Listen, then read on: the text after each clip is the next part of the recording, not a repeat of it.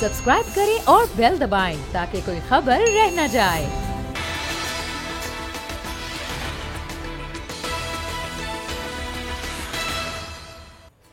अस्सलाम वालेकुम, मैं हूं फैसल अजीज खान और आप देख रहे हैं बात होगी। इमरान खान साहब ने एक बार फिर सारी दुनिया के मीडिया को हिला के रख दिया है और एक ऐसी पिक्चर पाकिस्तान की पेश की है जिसके बाद खुशखबरियां पाकिस्तान आ रही हैं। इंटरनेशनल फोरम पे पाकिस्तान की कामयाबियां बड़ी तेजी से आगे बढ़ रही हैं।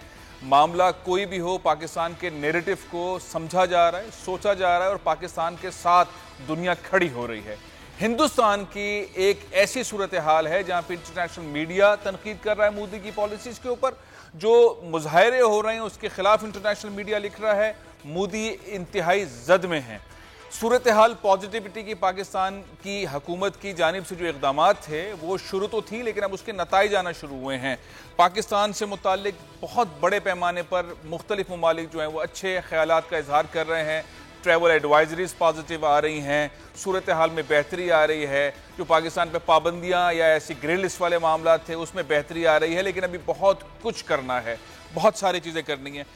सबसे इम्पॉर्टेंट चीज़ जो इस हुकूमत की रही है, इमरान खान साहब की रही है, जो उन्होंने आने के बाद एक बार, दो बार, तीन बार, चार बार कहा कि हम सादगी अपनाएंगे और पाकिस्तान की जो टैक्स पेयर का पैसा है उसको इस तरह नहीं करेंगे, और चीज़ें बढ़ती रही, तनकीद भी होती रही। लेकिन हमने देखा कि इंटरनेशनल फोरम्स पे जब भी इमरान खान गए, जब भी पाकिस्तान के वज़ीर आज़म गए, पाकिस्तान के वज़ीर ख़ारजा गए, इवन पाकिस्तान के सदर मुमलिकत आरिफ अलवी गए, तो एक इस तरह से सादगी का एलिमेंट नज़र आया।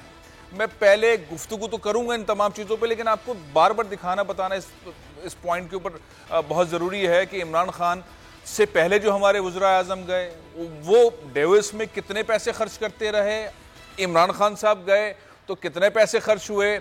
ये जानना इसलिए ज़रूरी है कि एक तरफ हम महंगाई की बात कर रहे हैं, मुल्क में इस्लाहात की बात कर रहे हैं, उस तरफ रिजल्ट्स नहीं मिल रहे। जहां रिजल्ट्स मिल रहे हैं पहले उसको डिस्कस कर लेते हैं। तो एक पैकेज देखें कि किस तरह से नवाज शरीफ साहब जब जाते थे, शाहिद खाकन अब्बासी साहब जब जाते थे तो कितने पैसे खर्च होते थे। इसी इवेंट में, 3 दिन के इवेंट में इमरान खान साहब गए, महंगाई तो बढ़ गई है यहाँ पे भी, सारी दुनिया में भी, लेकिन सिर्फ 1.25 करोड़ रुपए खर्च हुए हैं इस रिपोर्ट में। देखिए, ये तो मामला है कि कामयाबियां पाकिस्तान समेट रहा है, लेकिन समारात जो है वो इंटरनेशनल फोरम्स पे और कितने मिलने हैं, और अंदरूनी जो पाकिस्तान के अंदर सिचुएशन है उसके अंदर बेहतरी कब आएगी, महंगाई के मामले में बेहतरी कब आएगी, इत्तेहादियों के साथ इमरान खान साहब के ताल्लुकात कैसे बेहतर होंगे। बहुत सारी चीज़ें, बहुत सारे सूबों के अंदर गड़बड़ चल रही है। वज़ीर आला के खिलाफ पंजाब के अंदर भी गैर फाल होने का मामला है, अब KP के अंदर भी सूरत हाल है, बहुत सारी चीज़ें। लेकिन अब जो सबसे बड़ी इस वक्त दुनिया के अंदर खबर चल रही है वो एक बहुत मरबूत और बहुत मजबूत और बहुत सीनियर मैगजीन है, द इकोनॉमिस्ट, लंदन से निकलता है।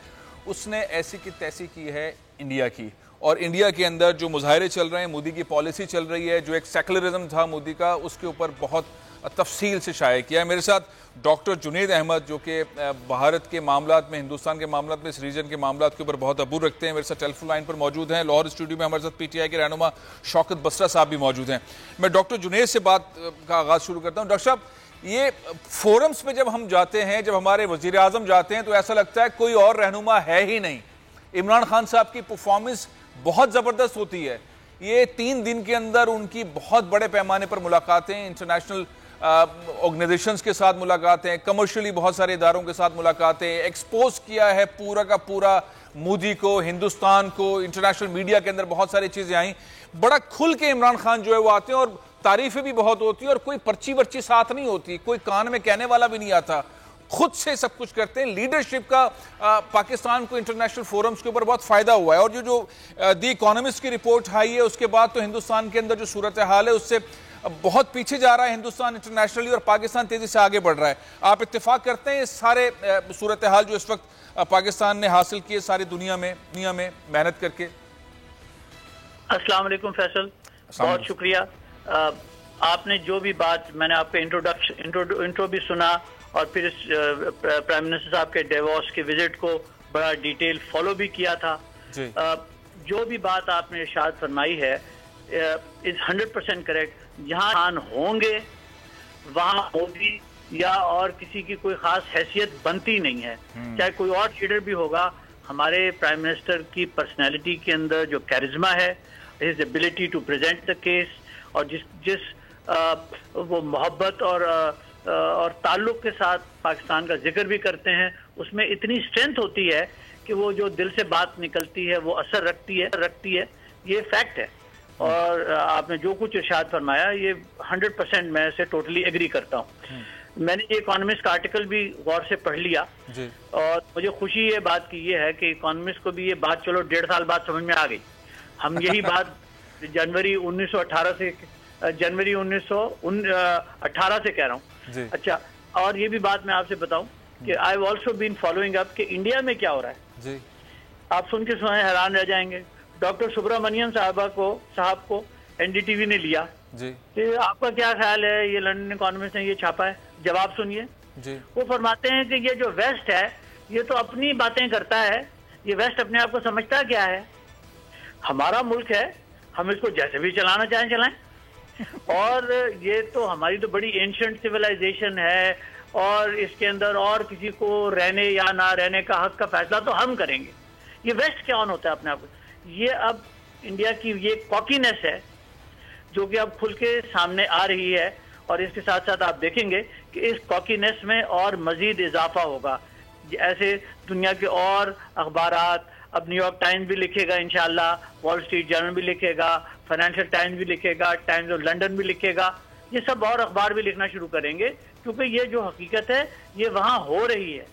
इसको कैसे डिनाई किया जा सकता है? कैसे डिनाई किया जा सकता है? डॉक्टर साहब, मैं आपकी तरफ वापस आता हूं। मैं शामिल करना चाहता हूं शौकत बसरा साहब, सीनियर रहनुमा इंसाफ के। शौकत बसरा साहब, बड़ी कामयाबी है, पाकिस्तानियों के सर फख्र से बुलंद रहे हैं। पिछले 3 दिनों के अंदर जो भी इमरान खान साहब ने मुलाकातें की हैं, बड़ी अच्छी मुलाकातें रही हैं, हर जगह पे एग्रेसिव, बड़े कॉन्फिडेंस से, एक ऐसे स्टाइल में कि हर सवाल का जवाब बहुत तफसील से, बड़े मजेदार अंदाज से, इवन ये कि उनकी तारीफें होती रही हैं, इंटरनेशनल मीडिया में तारीफें होती रही हैं।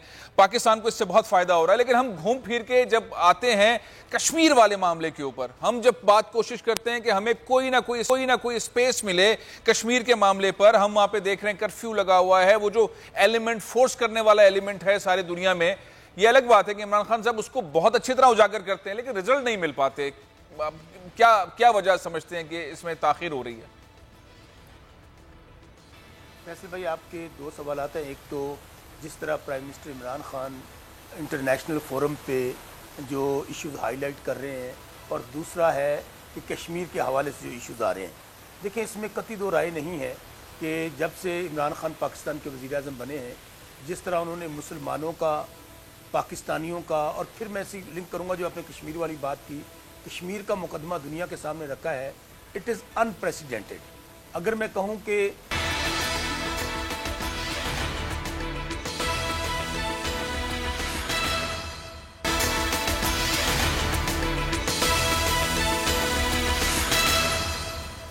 अब ब्रेक के दौरान हुकूमत की तर्जुमान डॉक्टर फिरदौस आशिक अवान साहिबा एक मुजाहिरे में बात कर रही थी और अपनी ज़िम्मेदारी का एहसास कर रही थी। मीडिया वर्कर्स की स्ट्राइक्स जारी हैं, एक कैमरामैन जाँबाग हो गए, उनके अहल खाना के लिए 10 लाख रुपए का उन्होंने ऐलान किया है।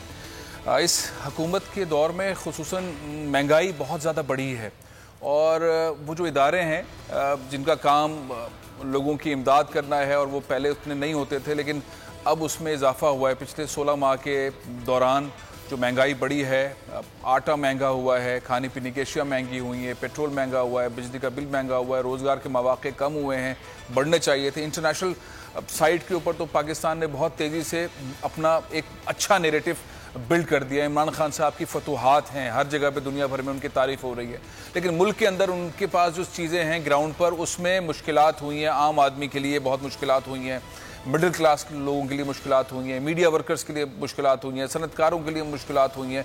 बहुत सारे ऐसे सब्जेक्ट हैं जहाँ पर मुश्किलात का सामना है। और सबसे बड़ा मसला अगर पाकिस्तान में सर्वे किया जाए तो सबसे बड़ा मसला महंगाई है, और हुकूमत उसके ऊपर जो भी काम करना है या कोशिश कर रही है, वो उससे ज़्यादा महंगाई हो जाती है। जो पिछले 16 महीने के अंदर कोशिश करती रही है, उससे पहले से ज़्यादा महंगाई अगले 3 महीने में हो जाती है। तो जो उनकी मीटिंग्स हैं, जो उनकी कोशिशें हैं, जो उनकी सारी प्राइस लिस्ट वाली ऑर्गेनाइजेशंस हैं, जो उनकी गवर्नेंस है, मैनेजमेंट है, वज़ीर आला साहब हैं, मिनिस्टर साहिबान है, ब्यूरोक्रेसी है, वो सारी मीटिंगों के बाद जो एक एंड रिजल्ट आता है, पहले से ज़्यादा महंगाई। अब इन चीज़ों के ऊपर मैं अगर पाकिस्तान में सर्वे किया जाए, आप भी सर्वे करें कि अगर कहीं पे दस्तरखान लग रहे हैं, कहीं पे अगर खाना सस्ता मिल रहा है या मुफ्त मिल रहा है या आटा सस्ता मिल रहा है या लोगों को रिलीफ मिल रहा है, तो 4-5 इदारे हैं जो आपके जहन में आएंगे। उसमें सबसे पहले आपके जहन में आ जाएगा सैलानी वेलफेयर ऑर्गेनाइजेशन। मौलाना बशीर फारूकी साहब उसके रूह रवा हैं। वज़ीर आज़म पाकिस्तान ने भी उनसे ताउन लिया है। पूरे पाकिस्तान में दस्तरखान लग रहे हैं, सैलानी दस्तरखान लगा रहा है। बलूचिस्तान के अंदर अभी जो बहुत बड़े पैमाने के ऊपर सारे तकरीबन 600-650 किलोमीटर रकबे के ऊपर बर्फबारी हुई, वहाँ पे भी सैलानी हम देख रहे हैं। हम हर इलाके के अंदर सैलानी देख रहे हैं। गवर्नमेंट नज़र नहीं आती, सैलानी नज़र आता है। इसके साथ बहुत सारे और भी इदारे हैं। मैंने आज दावत दी है, शौकत बसरा साहब से भी पूछूंगा, डॉक्टर साहब से भी चाहूंगा इसके ऊपर एक अपनी माहिराना राय दें। लेकिन मेरे साथ स्टूडियो में मौजूद हैं, सैलानी के सारे प्रोजेक्ट को हेड करते हैं आरिफ लाखानी साहब मेरे साथ यहाँ मौजूद है। आरिफ लाखानी साहब, आपका बहुत बहुत शुक्रिया, आप तशरीफ लाए। ये जो महंगाई हुई है, और ये महंगाई हम देख रहे हैं पिछले 16 महीने में बढ़कर तकरीबन 37% तक आ गई है। एक इंटरनेशनल इदारा कह रहा है पाकिस्तान में 37% तक हुई है। तकरीबन 16 लाख के करीब लोग जो हैं वो बेरोजगार हो गए हैं। ये मैं आपको चाहूंगा कि इस सारी सूरत हाल से पहले जो एक आम आदमी, जिसे हम दिहाड़ी वाला कहते हैं, जो मजदूर है, जो पाकिस्तान में, पूरे पाकिस्तान में तकरीबन 80 लाख के करीब है, 80 लाख, वो जो रोजाना निकलता है, मजदूरी करता है और फिर जो उसे पैसे मिलते हैं उसे घर चलाता है, उसकी सूरत हाल क्या है, आम मजदूर की सूरत हाल क्या है, रिपोर्ट देखें, फिर आरिफ लखानी साहब से बात करें।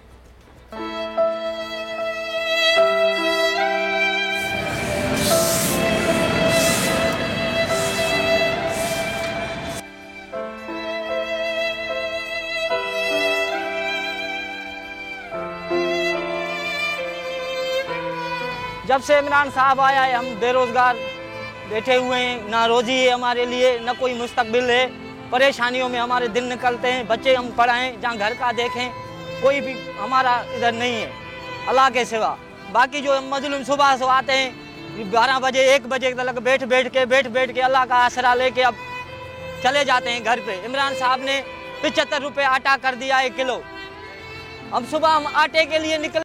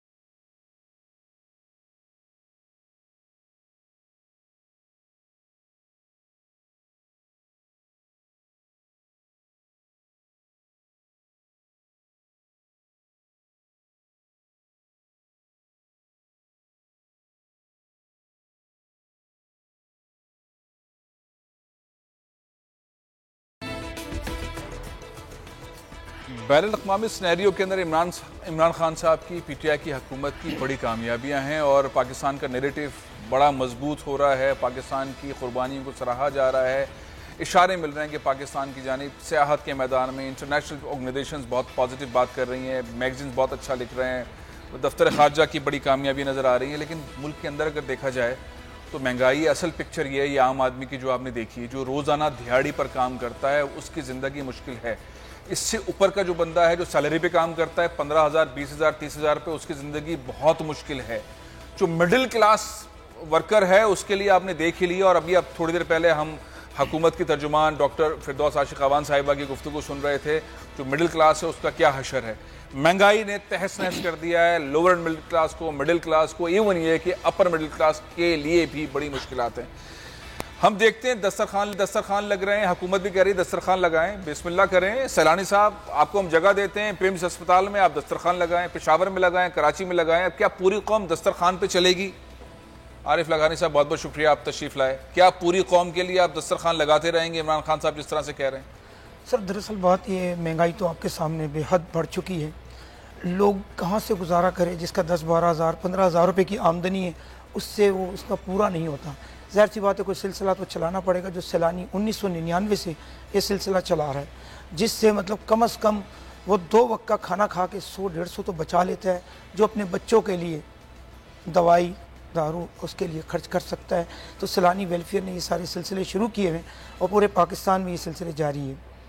तो इस महंगाई से तो हर शख्स परेशान है, काफ़ी हद तक महंगाई बढ़ चुकी है। तो मैं समझता हूँ कि ज़ाहिर सी बात है, हम 70 साल की ये जो पिछली जितनी भी हुकूमतें इसको देखें, उनका भी मैं ये नहीं कहूँगा कि कसूर है।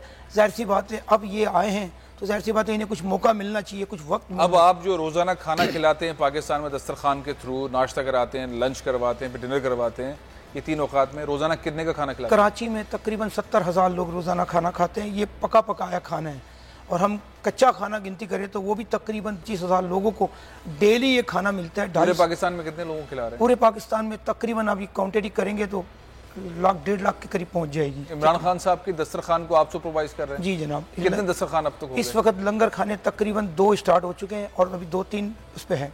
अच्छा, कितने प्रोजेक्ट है, कितने दस्तरखान इमरान खान साहब वाला जो प्रोजेक्ट है उसके? वो प्रोजेक्ट तकरीबन 112 दस्तरखान। 112 दस्तरखान। बहुत बहुत शुक्रिया आरिफ साहब, मैं आपसे दोबारा ही बात करता हूँ। डॉक्टर साहब, मैं आपसे चाहूंगा कि ये मुल्क के अंदर की सूरत हाल है, बाहर जो पाकिस्तान का टीम है वो अच्छा परफॉर्म कर रही है, मुल्क के अंदर जो गवर्नेंस मैनेजमेंट है वो इतनी पुअर है कि उससे आम आदमी की जिंदगी तहस नहस हो गई है। डॉक्टर साहब, इसका हल आप इमरान खान साहब को क्या देंगे?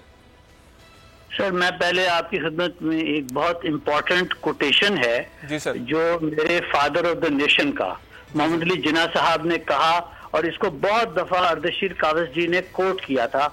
इत्तेफाक से मेरे वालिद भी उस डिनर में मौजूद थे जिसमें जिन्ना साहब ने ये बात कही थी। सुनिए, I am afraid, I am quoting him, I am afraid every successive government of Pakistan will be worse than the previous one. आपको याद है कि एक जमाना आ गया था कि जरदारी साहब की गवर्नमेंट में लोग मुशर्रफ को अच्छा कहने लग गए थे, नवाज शरीफ की गवर्नमेंट में जरदारी को याद करने लग गए थे। अब इमरान खान साहब की गवर्नमेंट में आज से थोड़ी देर पहले जो आपने थोड़ी देर पहले जो ये प्रोग्राम सुनाया उसमें नवाज शरीफ की तारीफें हो रही थी जी। अच्छा, ये क्यों हो रहा है? क्योंकि हमारे जो खान साहब हैं इनका कोई बैकग्राउंड किसी और चीज का नहीं है सिवाय लोगों से पैसे लेकर शौकत खानम बनाने का और उसके बाद उसको चलाने का किसी हद तक। तो इनके दिमाग में ये सोशल वेलफेयर के प्रोजेक्ट आते हैं। इनको ये समझ में नहीं आ रही कि जब तक कि इंडस्ट्री नहीं चलेगी, जब तक कि एग्रीकल्चर नहीं चलेगी, जब तक कि प्रोडक्शन नहीं बढ़ेगी, लोगों के पास पैसा नहीं होगा, जब तक पैसा नहीं होगा वो एम्प्लॉयमेंट कैसे देंगे? Now in order to reduce, अगर आपने बहुत अच्छा पॉइंट दिया डॉक्टर साहब, मैं ब्रेक ले रहा हूं, ब्रेक के बाद आप ही के पास वापस आता हूं कि इमरान जहन में सिर्फ चैरिटी आती है, बिजनेस नहीं आ रहा, जिसकी वजह से ये हालात हैं। डॉक्टर साहब ने ये बात की, मैं वक्फा ले रहा हूं, वक्फे के बाद यहीं से शुरू करते हैं।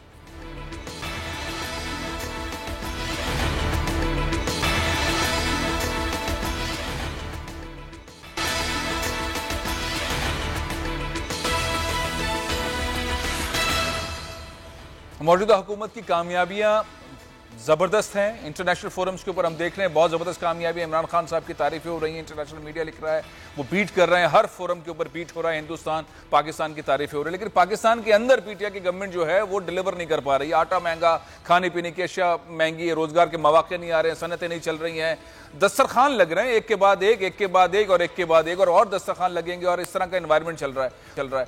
तो अंदर गवर्नेंस मैनेजमेंट कैसे ठीक होगी? डॉक्टर साहब ने बहुत अच्छी बात की कि इमरान खान साहब के पास बहुत अच्छा एक्सपीरियंस है चंदा लेने का। चंदा लेते हैं शौकत खानम हॉस्पिटल के थ्रू, उन्होंने सैलानी को अपने साथ मिला लिया कि दस्तरखान लगाएं। बहुत अच्छी बात है, दस्तरखान लग रहे हैं आम आदमियों के लिए, गरीब लोगों के लिए, लेकिन इकोनॉमी कब चलेगी, ये चीज़ें कब बेहतर होंगी? मैं डॉक्टर साहब की तरफ आऊँगा, लेकिन मैं चाहता हूँ उससे पहले छोटा सा कॉमेंट लूँ।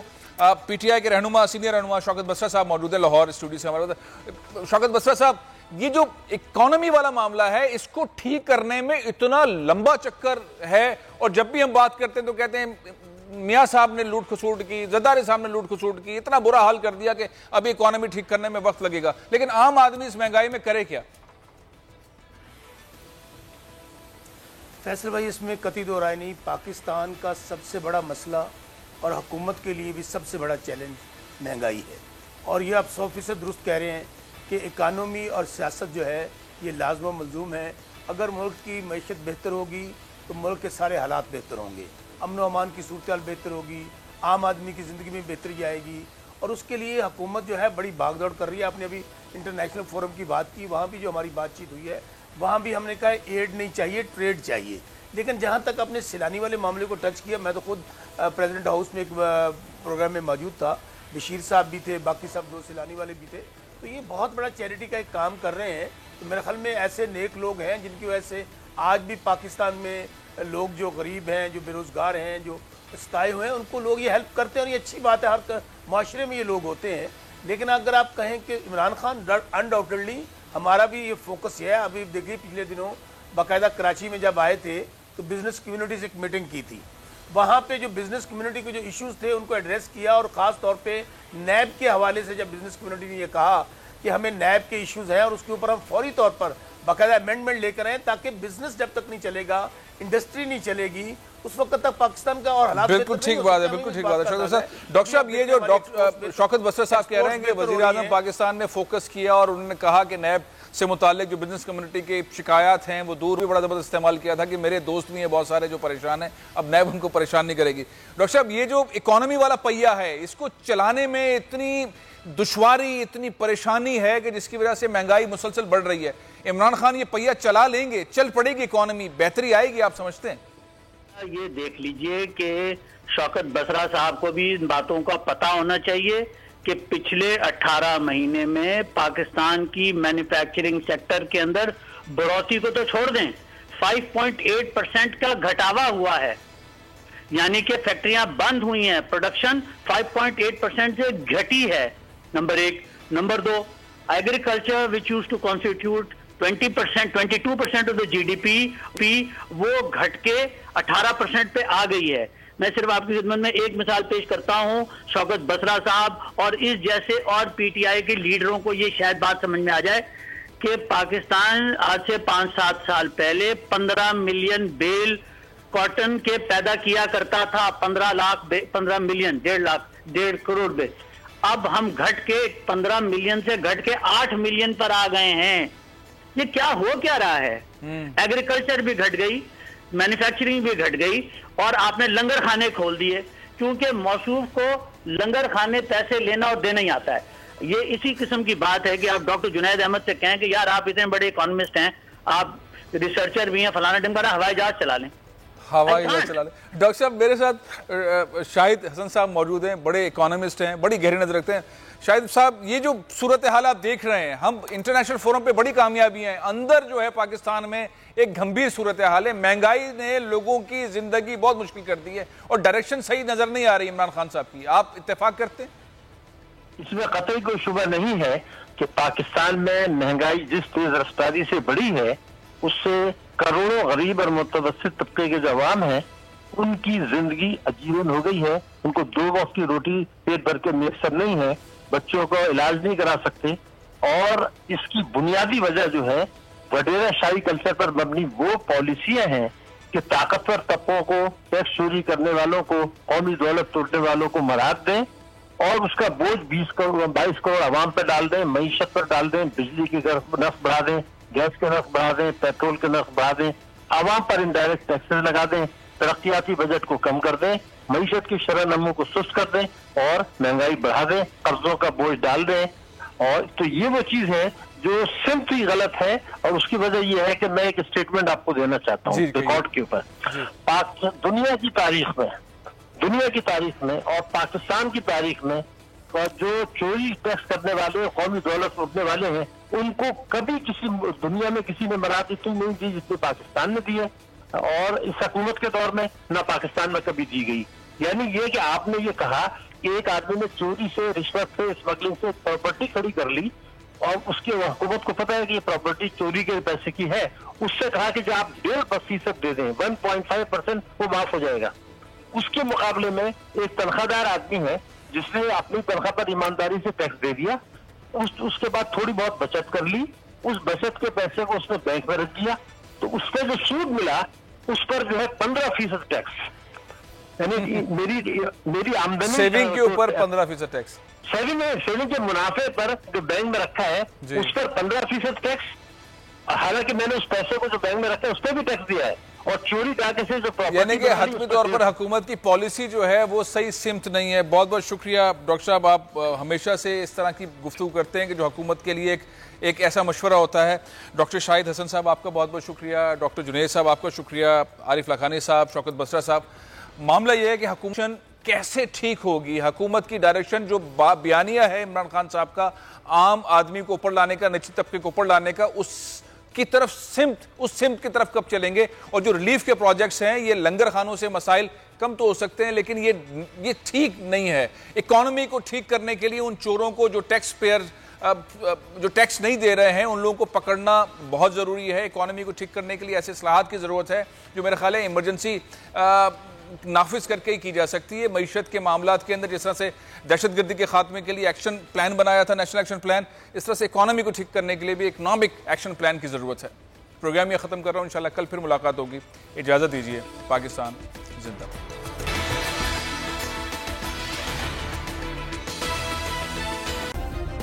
सब्सक्राइब करें और बेल दबाएं ताकि कोई खबर रह न जाए।